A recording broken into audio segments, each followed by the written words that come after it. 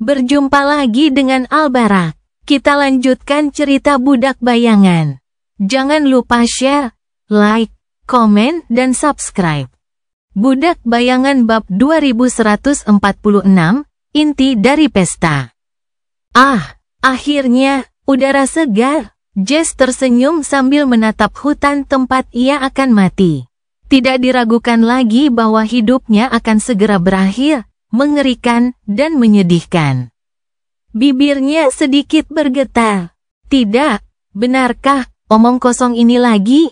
Dia baru saja berhasil beradaptasi di dunia nyata, dan akhirnya menemukan komunitas aman yang dipertahankan dari para monster oleh sekelompok. Apa ya sebutan orang-orang untuk mereka akhir-akhir ini? Benar, sleeper. Jess sendiri adalah seorang sleeper. Jadi dia disambut di sana dengan tangan terbuka. Sayangnya, dia adalah seorang sleeper yang cacat yang tidak dapat menggunakan memori dan tidak memiliki kekuatan yang berguna. Dia masih dapat menggunakan senapan dan bayonet, tetapi itu saja tidak memberinya banyak poin. Brengsek, dan berbicara tentang kenangan, ternyata ada juga, rupanya, semua orang menerima setidaknya satu di mimpi buruk atau segera setelahnya. Jess tidak tahu tentang keberadaan kenangan sampai dia melihat sleeper lain memanggil senjata mematikan dari udara. Saat itulah dia menyadari apa yang disebut cacatnya.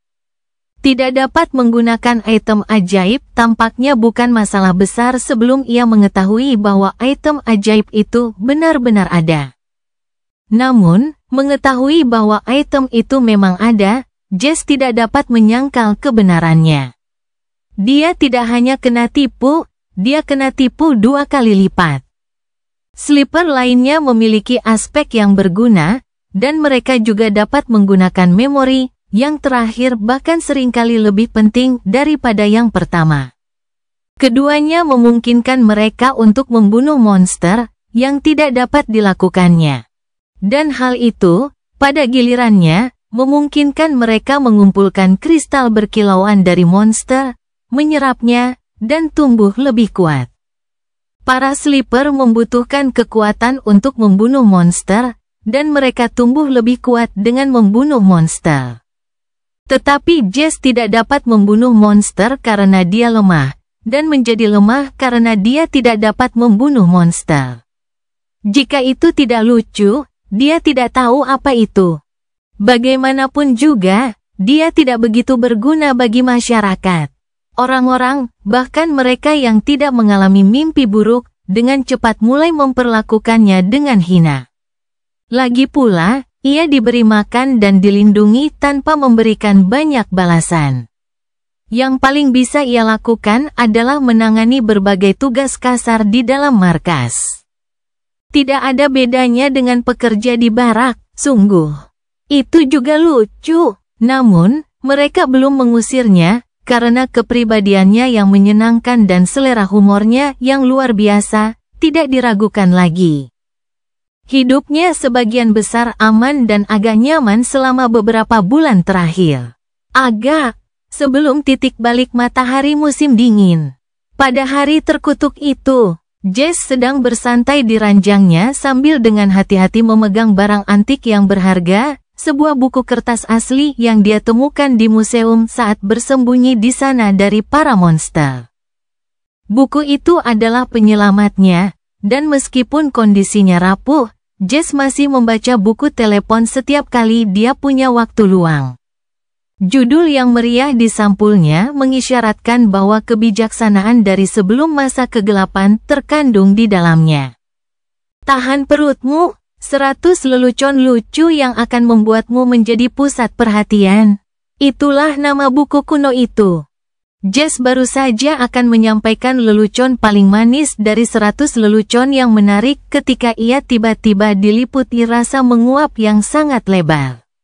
Yang tidak begitu aneh, kalau saja tidak karena saat itu tengah hari. Ekspresinya membeku, dan senyum gemetar perlahan mengembang di wajahnya. Tidak. Terakhir kali dia tiba-tiba menguap, dia berakhir dalam mimpi buruk. Dan disinilah Jess, beberapa jam kemudian, berada di dunia asing lagi. Memang, kali ini terasa berbeda. Suara aneh yang kadang-kadang ia dengar di kepalanya akhir-akhir ini telah menyambutnya dengan kata-kata baru juga. Ditambah lagi, dia telanjang. Apa-apaan ini? Setidaknya, dia sudah berpakaian pada saat terakhir kali. Sambil menggigil kedinginan, Jess melindungi tubuhnya yang kurus kering dan memar dari angin dan menatap pohon-pohon yang meliuk-liuk di sekitarnya dengan gentar.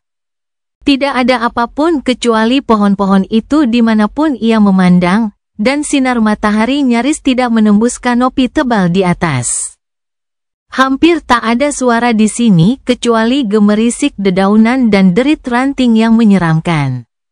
Keheningan yang mencekam itu membuatnya gelisah. Jess menggigit bibirnya dan berbisik, tidak ada senjata, tidak ada pakaian, di tengah hutan. Setelah beberapa saat, dia menambahkan dengan suara gemetar, sesuatu, lelaki telanjang, kayu. Tawa tertahan keluar dari bibirnya. Mengambil batu dari tanah, Jess menggigil dan mulai berjalan.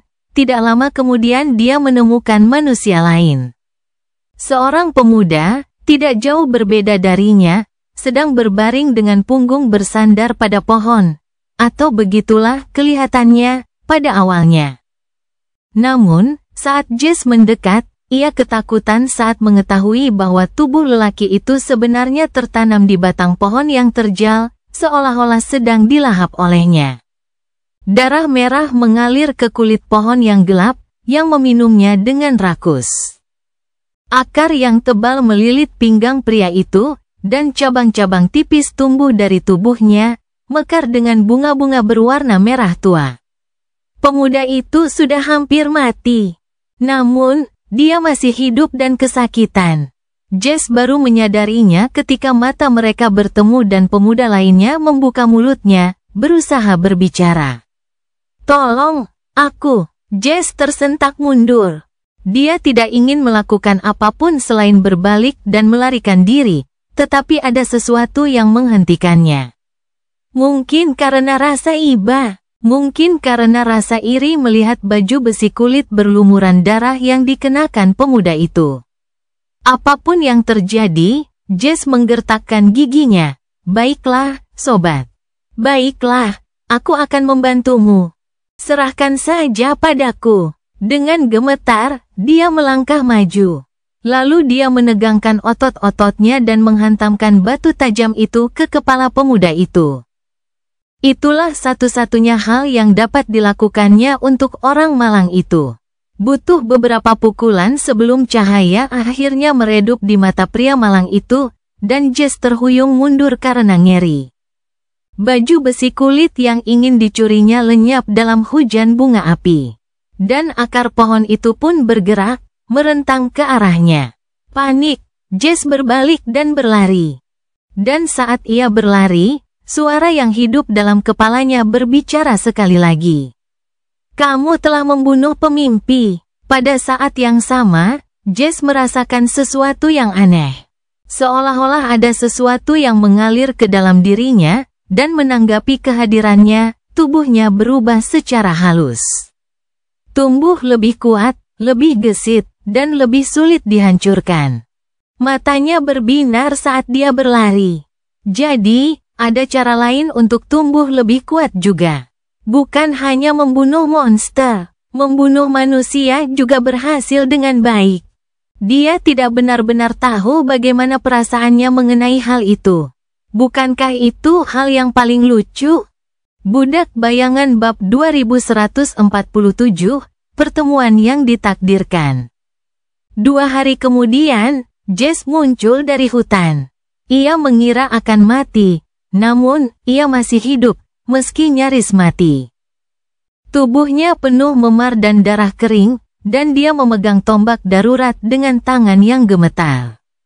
Tombak itu terbuat dari cabang pohon yang panjang, serpihan batu yang tajam, dan tali yang terbuat dari kulit kayu. Dia juga mengenakan sesuatu yang mirip ponco, terbuat dari kulit binatang dan diikat di pinggang dengan seutas tali. Tentu saja, Jess sama sekali tidak tahu cara menguliti binatang, apalagi cara merawat kulit atau menjahit pakaian. Jadi, ponco itu cukup menjijikkan untuk dilihat, dan bahkan lebih menjijikkan lagi untuk dicium. Namun dia tidak peduli, karena seluruh hutan terkutuk itu adalah makhluk hidup yang mengerikan, yang bertekad melahapnya bulat-bulat. Sial, sial, Jess berlari menyelamatkan diri. Entah bagaimana ia berhasil membunuh seekor binatang buas, memang benar, tetapi ada lebih dari satu monster di tanah terkutuk ini. Saat ini, ada satu monster yang mengejarnya. Dan monster yang cukup mengerikan. Dia baru saja melarikan diri secara membabi buta ketika hutan tiba-tiba menjadi lebih terang, dan kemudian pepohonan menghilang seluruhnya. Sebaliknya, ada sebuah sungai di depannya, mengalir deras dan permukaannya berkilauan di bawah sinar matahari.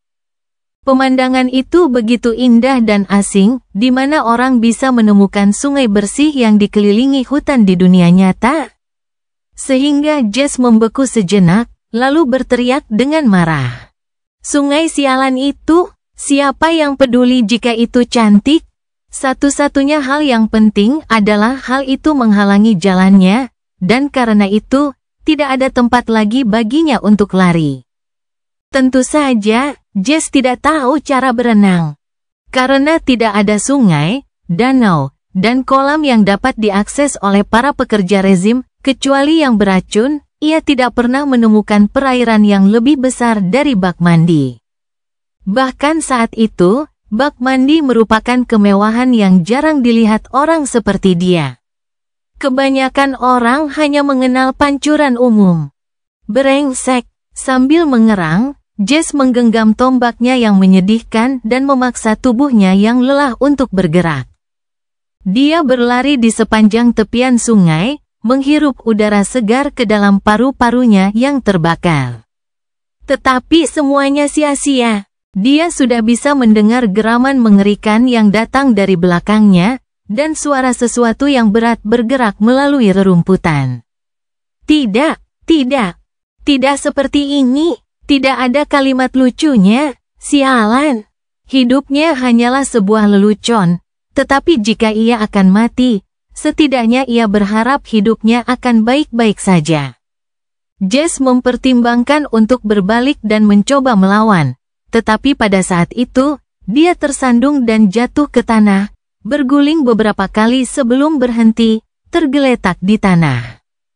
Alasannya yang menyedihkan adalah tombaknya patah. Cabang yang kokoh masih utuh, tetapi ikatan pada ujung tombaknya telah terlepas, dan bongkahan batu yang tajam itu terbang menjauh. Ada air mata pahit di matanya, dan melaluinya.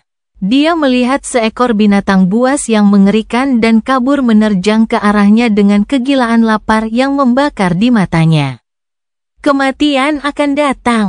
Namun, saat itu, bayangan sesaat menutupi wajah Jess, dan tombak baja tiba-tiba jatuh dari langit, menusuk dahi binatang itu dan menusuknya. Rahang makhluk besar itu menghantam tanah, dan hancur, berguling di atas kepalanya dan jatuh dengan keras hanya beberapa sentimeter dari Jess. Dia menatap binatang mati itu tanpa suara, lalu mengamati lembing itu. Lalu, setelah beberapa saat, dia mendongak. Ada seseorang yang berdiri di atasnya, tampaknya muncul entah dari mana. Dia adalah seorang pemuda jangkung dengan wajah tampan, rambut hitam, dan mata abu-abu tajam. Wajahnya bersih sempurna, dan dia mengenakan baju zirah ksatria mengilap yang tampak tak tertembus seperti tank. Dengan kata lain, dia adalah kebalikan sempurna dari Jess yang kotor, kurus kering, dan berpakaian minim. Ksatria muda itu menunduk dan memberinya senyuman karismatik. Kau cukup pintar untuk tidak melompat ke sungai demi menyelamatkan diri dari binatang buas itu, kawan. Jess berkedip beberapa kali. Kemudian dia berkata dengan lemah, River. Aku hampir tidak mengenalnya. Pemuda kesatria itu menatapnya dengan aneh, memberi Jess kesan bahwa dia tidak punya selera humor. Ya, tidak ada seorang pun yang sempurna. Sementara itu, juru selamatnya menawarkan bantuan kepadanya. Maksud saya adalah ada makhluk yang lebih buruk di bawah air. Jess menerima uluran tangan itu dan perlahan berdiri.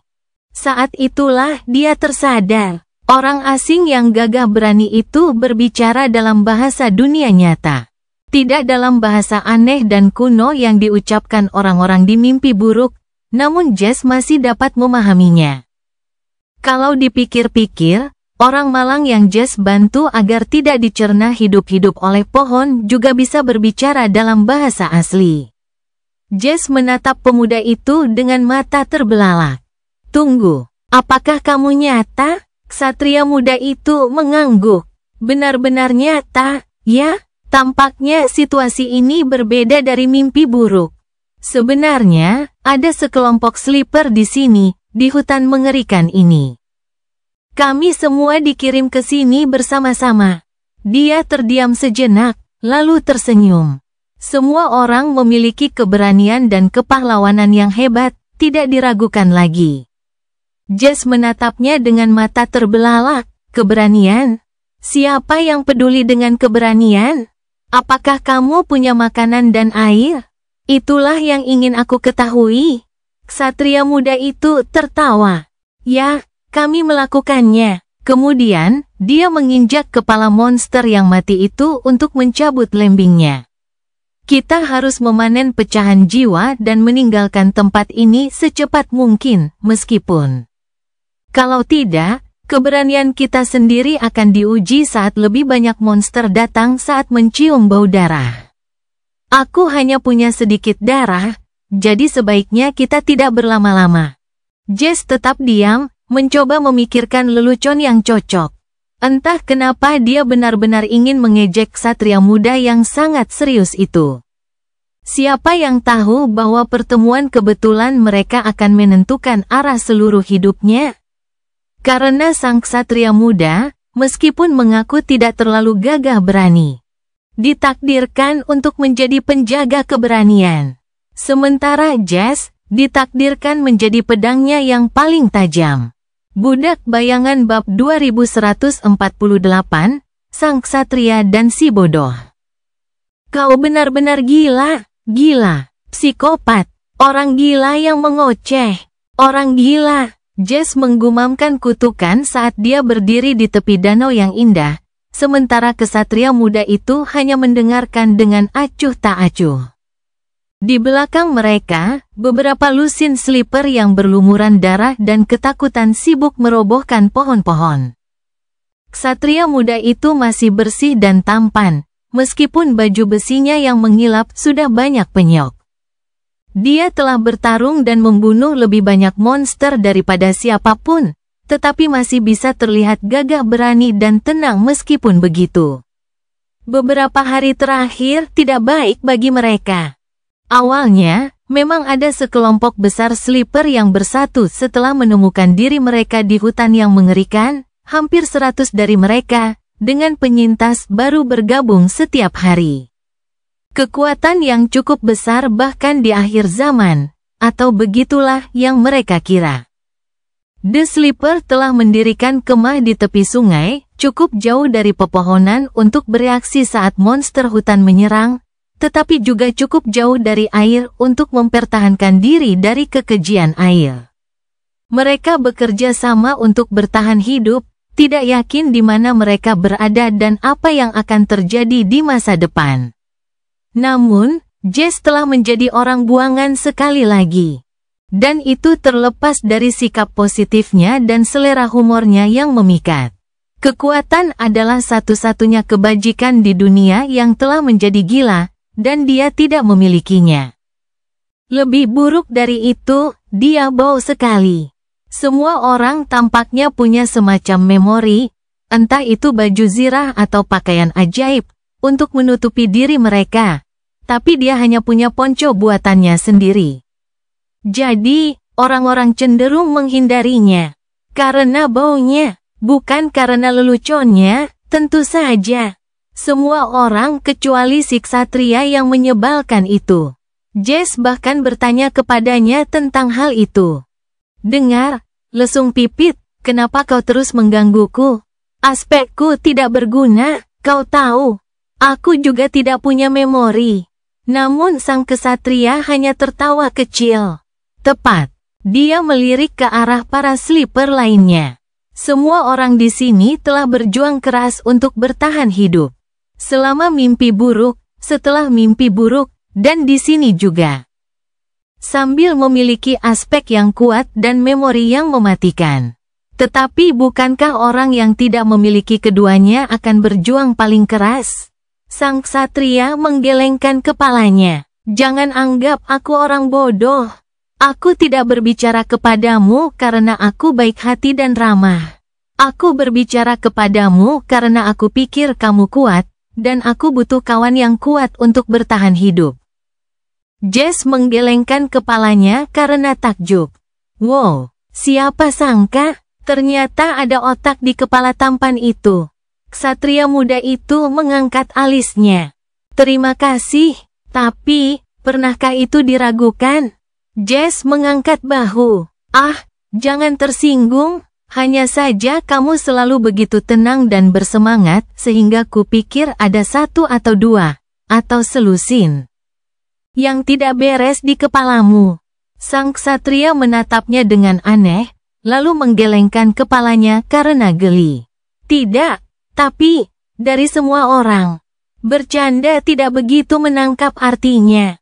Apapun yang terjadi, begitulah akhirnya mereka menjadi kawan. Sekarang, Jess tidak lagi mengenakan ponco yang kotor. Sang ksatria memiliki aspek aneh yang memungkinkannya untuk membuat berbagai macam barang, jadi ia telah membuatkan satu set pakaian untuk Jess, serta tombak kayu yang layak, sebuah busur, dan tabung anak panah. Mampu memanggil api ajaib atau memiliki kekuatan luar biasa tampak seperti jenis aspek yang diinginkan orang-orang. Tetapi kemampuan untuk membuat sesuatu sebenarnya telah membuat ksatria muda itu lebih dihormati dan memiliki reputasi lebih dari sekadar baju zirahnya, pedangnya, dan kemampuannya yang luar biasa untuk membunuh monster. Meskipun sleeper memiliki memori, hanya sedikit yang memiliki banyak memori. Jadi, setiap orang membutuhkan sesuatu untuk mengganti perlengkapan yang mereka tinggalkan di dunia nyata. Begitulah bagaimana sang ksatria menjadi salah satu pemimpin kelompok, dan Jess pun terangkat ke posisi tertinggi dalam hierarki sosial sebagai temannya. Memegang paha emas adalah cara hidup yang menyenangkan. Bukan berarti semuanya berjalan baik untuknya dan sleeper lainnya. Hutan itu sangat berbahaya, begitu pula sungainya. Banyak dari mereka yang tewas saat melawan monster. Namun sebenarnya, manusia sendiri sama berbahayanya. Hal yang sama yang terjadi di dunia nyata terus terjadi di sini. Di luar sana, orang-orang ketakutan, trauma, putus asa, dan tidak mampu mengenali dunia yang telah berubah dalam sekejap. Tentu saja, banyak ide-ide aneh bermunculan dari jiwa yang kaya akan rasa takut dan putus asa. Ada panglima perang yang kejam. Gerombolan perampok pengembara yang telah kehilangan semua sisa-sisa kemanusiaan, pecahan-pecahan pemerintahan lokal yang perlahan-lahan berubah menjadi kegilaan yang mengerikan. Dan aliran sesat yang aneh yang mungkin paling jahat, menyeramkan, dan berbahaya dari semuanya. Di sini juga, tidak semua si penidur cukup waras, dan bahkan lebih sedikit yang sepenuhnya baik hati. Akhirnya, terjadi sedikit pertumpahan darah, dan kelompok itu pecah. Sebagian besar dari mereka memutuskan untuk mencoba peruntungan dengan mengikuti aliran sungai ke hilir, sedangkan sang ksatria dan pengikutnya memutuskan untuk melakukan perjalanan ke hulu, menuju danau, dan sebuah kastil besar menjulang di atasnya bagaikan fata morgana yang indah di kejauhan sana. Ksatria muda itu saat ini berdiri di tepi danau, bersenjatakan pedang dan perisai. Dia tampak gagah berani dalam baju besi kesatrianya, tetapi Jess tidak berminat untuk menghargai suasana heroik itu. Karena laki-laki dan perempuan lainnya dalam kelompok mereka sedang menebang pohon untuk membuat rakit. Dengar, kau tahu bahwa di danau itu hidup banyak sekali makhluk-makhluk keji, kan? Sang ksatria mengangguk. Benar. Jess menarik napas dalam-dalam. Dan meskipun kita tidak tahu persis apa yang tinggal di kastil itu, kita semua melihat naga yang menyemburkan api dari atap menara utama. Benar kan? Pemimpin mereka yang pemberani mengangguk lagi. Benda itu memang tampak seperti seekor naga, benar. Jess mengembuskan napas sambil menggertakkan giginya. Jadi, mengapa kita pergi ke istana? Bahkan orang-orang gila yang pergi ke hilir pun setuju bahwa pergi ke istana sama saja dengan bunuh diri. Ksatria muda itu menatapnya sambil tersenyum. Kau tahu, aku selalu ingin membunuh seekor naga. Jess berkedip, benar-benar. Ksatria itu tertawa. Ya Tuhan, tidak. Meskipun kau pikir begitu, aku tidak gila. Siapa yang waras ingin melawan naga? Naga sungguhan. Makhluk-makhluk itu tidak ilmiah, bahkan tidak seharusnya ada. Setidaknya tidak seharusnya ada. Jess menggelengkan kepalanya karena bingung. Lalu kenapa? Ksatria muda itu terdiam beberapa saat. Kemudian, dia menatap istana itu lagi, ekspresinya akhirnya berubah muram. Karena aku meninggalkan istriku yang sedang hamil sendirian di dunia nyata. Ada jalan kembali terakhir kali, jadi, pasti ada jalan kembali kali ini juga. Kastil itu adalah satu-satunya bangunan buatan manusia yang telah kita lihat sejauh ini. Ditambah lagi, bangunan itu agak mencolok. Jadi, aku akan menaklukkannya dan pulang, bahkan jika aku harus membunuh seekor naga. Jess menatapnya dengan campuran rasa iri dan kagum selama beberapa saat. Pasti menyenangkan untuk tetap memiliki rumah, dan seseorang menunggu Anda untuk kembali ke sana. Akhirnya, dia mendesah dalam-dalam. Baiklah, ayo kita bunuh naga. Ksatria muda itu meliriknya. Apa, kali ini tidak bercanda? Jess menggertakkan giginya. Bajingan. Seluruh situasi ini hanya lelucon. Apakah ini tidak cukup menyenangkan bagimu? Sang ksatria mengalihkan pandangan dengan ekspresi sedih. Sejujurnya, aku tidak punya selera humor. Aku tidak pernah pandai bersenang-senang. Jadi, Jess, aku akan mendelegasikan bagian itu padamu. Hanya menatapnya dengan mata terbelalak. Hah, tapi aku tidak menawarkan diri? Memangnya aku ini badut? Tidak. Tapi apa yang dikatakan bajingan ini? Keesokan paginya, mereka berlayar menyeberangi danau menuju kastil. Budak Bayangan bab 2149, Naga Merah. Danau itu ternyata sangat mematikan. Bahkan setelah mempersiapkan diri secara matang untuk pertempuran melawan makhluk-makhluk mengerikan yang tinggal di dalamnya. Para sleeper yang dipimpin oleh ksatria muda itu tetap kehilangan salah satu rakit. Mereka berhasil menarik beberapa orang keluar dari air, tetapi sisanya ditarik ke kedalaman. Tidak pernah terlihat lagi. Air jernih itu berubah menjadi merah karena darah. Rakit-rakit lainnya selamat karena dibuat dari kayu hutan terkutuk yang sangat kuat dengan bantuan aspek pemimpin mereka. Kalau tidak, yang tersisa hanyalah serpihan-serpihan kayu yang hanyut di permukaan, dan semua jejak para sleeper hanyut oleh air yang jernih. Bahkan saat itu, perjalanan itu tidak mudah bagi mereka yang selamat. Pada saat mereka mencapai dinding kastil, masing-masing dari para penidur berlumuran darah, hampir tidak sadarkan diri karena kelelahan, dan mati rasa karena teror. Kecuali sang ksatria, tentu saja. Dia juga berlumuran darah dan lelah, tetapi rasa percaya dirinya yang tenang tidak pernah luntur. Saat itu, Jess mulai curiga bahwa teman barunya adalah yang paling gila di antara mereka semua. Atau mungkin hanya yang paling bersemangat. Sementara itu, kastil itu sangat besar. Kastil itu berkali-kali lebih besar dari yang mereka duga, sampai-sampai orang akan merasa pusing ketika mencoba melihat hamparan benteng yang menjulang tinggi. Ada lebih dari satu lapis dinding, juga, yang menjulang dalam lingkaran konsentris di lereng gunung. Kastil itu seperti kota tersendiri.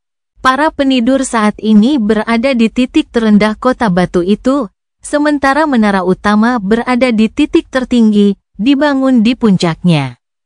Di sanalah naga itu membuat sarangnya. Naga bukanlah satu-satunya monster yang menghuni benteng raksasa itu. Mereka mempelajarinya segera setelah mendekati gerbang yang menjulang tinggi. Selama beberapa hari berikutnya, para sleeper perlahan-lahan maju menuju benteng utama, bertahan dari satu pertempuran yang mengerikan demi pertempuran yang mengerikan. Monster yang mereka hadapi berbeda dengan monster yang ada di hutan, tidak semuanya monster. Beberapa mengenakan baju zirah dan menghunus senjata baja dengan keterampilan yang mengerikan. Dan semakin tinggi mereka memanjat, semakin kuat monster-monster itu. Namun, sang ksatria muda menuntun mereka dari satu bangunan ke bangunan lain, dari satu benteng ke benteng berikutnya, mengukir jalan menuju menara utama. Mereka bertarung saat tidak ada pilihan lain dan bersembunyi saat mereka bisa, membalut luka-luka mereka dan menyerap kekuatan dari pecahan-pecahan jiwa yang telah mereka kumpulkan. Sungguh menakjubkan. Jess tidak akan pernah menyangka mereka akan sampai sejauh itu. Tetapi kelompok sleeper yang tidak terorganisir itu entah bagaimana telah berubah menjadi pasukan tempur yang tangguh dan kompak di suatu tempat di sepanjang jalan. Mereka semua bergerak dengan tekad yang kuat, bertindak sebagai satu makhluk besar yang memiliki 100 mata dan 100 tangan, tubuhnya yang tangguh dipenuhi dengan senjata tajam. Apakah itu pengalaman? Apakah itu naluri bertahan hidup? Apakah itu manfaat memiliki pemimpin yang berani dan gigih? Dia tidak tahu, tetapi apapun itu, tampaknya itu berhasil. Kecuali saat bulan berada tinggi di langit malam. Selalu ada sesuatu yang menyeramkan tentang kastil kuno itu, tetapi kehadirannya yang dingin dan misterius menjadi jauh lebih menyeramkan dan nyata di bawah sinar bulan. Itulah sebabnya bahkan sang ksatria muda tidak berani meninggalkan tempat perlindungan mereka saat bulan bersinar di atas danau yang indah itu. Begitu saja. Mereka bertarung dan menyelinap menuju lingkaran tembok terakhir dan tertinggi. Di luar sana, hanya menara utama yang tersisa. Semua orang lelah. Tidak seorang pun tahu apa yang akan terjadi pada mereka, dan semua orang merasa muram tentang masa depan. Namun, anehnya, mereka juga merasa penuh harapan. Mereka tetap berada di salah satu menara benteng terakhir selama beberapa hari, mengamati benteng utama dan mengumpulkan kekuatan dan keberanian untuk serangan terakhir. Di pagi hari, ksatria muda dan Jess menyelinap ke atas tembok untuk mengintip benteng. Binatang bersayap besar itu sedang tidur di atapnya, sisiknya yang berwarna merah menyala berkilauan di bawah sinar matahari terbit. Gumpalan asap tipis mengepul dari mulutnya dari waktu ke waktu, lalu tertiup angin beberapa saat kemudian. Meskipun jarak memisahkan mereka dari naga itu, mereka dapat merasakan getaran napasnya yang stabil. Makhluk itu menghabiskan sebagian besar waktunya untuk tidur, dan hanya bangun seminggu sekali untuk terbang di atas danau dan membakar hutan. Tidak seorang pun tahu mengapa makhluk itu melakukan itu, dan sepertinya naga itu hanya melampiaskan amarahnya yang terpendam. Ia akan terbang di atas hutan untuk beberapa saat, meraung marah dan menyemburkan semburan api yang membakar. Setelah beberapa saat, ketika sebagian besar hutan diselimuti asap tajam, ia akan jatuh ke dalam kabut hitam yang mengepul dan menghilang dari pandangan. Beberapa waktu kemudian, naga itu akan kembali, kadang-kadang membawa bangkai hangus dari binatang buas yang besar dan menjijikkan di mulutnya. Pemandangannya sangat megah sekaligus mengerikan. Sisik naga merah itu berkilau seperti logam, membuatnya tampak seperti binatang besar yang ditempa dari baja berwarna merah terang. Dikelilingi asap hitam, naga itu seperti pembawa pesan neraka, membawa api neraka kemanapun ia pergi. Dan itulah hal yang ingin dibunuh oleh pemimpin mereka. Jess melirik kesatria muda itu dengan pandangan muram. Apa yang sedang kau pikirkan di kepala tampanmu itu? Mata abu-abu baja milik sang ksatria terfokus pada naga yang sedang tidur. Setelah beberapa saat, dia berbicara, kita melihat binatang itu terbang di atas danau kemarin, bukan? Dan 7 hari sebelumnya, saat kita sedang mempersiapkan rakit. Jess mengangguk. Ada apa? Sang ksatria terdiam beberapa saat. Apakah kau memperhatikan, Jess? Ketika naga itu terbang menyeberangi danau, ada sesuatu yang hilang. Aku bertanya-tanya apa itu untuk waktu yang lama. Jess mengerutkan kening. Kewarasanmu hilang. Apalagi yang baru? Ksatria itu tersenyum, lalu menyandarkan punggungnya ke dinding dan mengangkat pedangnya dengan hati-hati, menjulurkan bilahnya melewati pintu masuk menara. Jess bisa melihat menara itu terpantul di bilah pedangnya yang mengilap. Apakah kamu melihatnya sekarang? Jess berkedip. Hah, memang ada sesuatu yang hilang.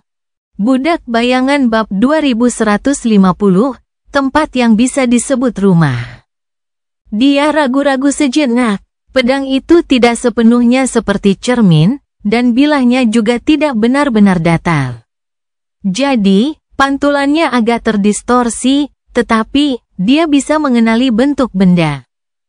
Ada tembok pembatas benteng, bangunan indah menara utama, atap dan menaranya, bendera-bendera compang camping yang tergantung lemas karena tidak ada angin. Ada juga langit ungu di belakang menara, dan awan-awan yang berarak di hamparannya yang luas seperti potongan-potongan kain kafan yang robek. Namun, ada satu hal yang hilang. Masa besar naga yang sedang tidur tidak tercermin di pedang. Jess mengucek matanya, lalu dengan hati-hati mencondongkan tubuh melalui ambang pintu untuk melihat atap menara utama dengan kedua matanya sendiri. Naga sialan itu ada di sana, tertidur lelap.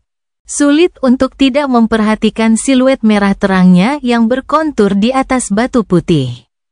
Apa-apaan? Dia mundur kembali ke menara. Di mana naga sialan itu? Ksatria muda itu mengangguk. Benar. Aku baru menyadarinya kemarin, naga itu tidak terpantul di danau saat terbang di atasnya. Aneh, bukan? Jess mengusap bagian belakang kepalanya, lalu mengangkat bahu. Ya, aneh. Tapi apa artinya? Sang ksatria tersenyum. Siapa tahu? Tapi aku punya teori. Senyumnya perlahan memudar, digantikan oleh ekspresi serius. Kau lihat, Jess, menurutku naga ini tidak nyata. Dia berhenti sejenak, lalu menambahkan dengan nada bertanya-tanya, mungkin itu ilusi, atau hantu. Mungkin itu hanya bayangan yang samar, dan naga yang sebenarnya sudah lama hilang.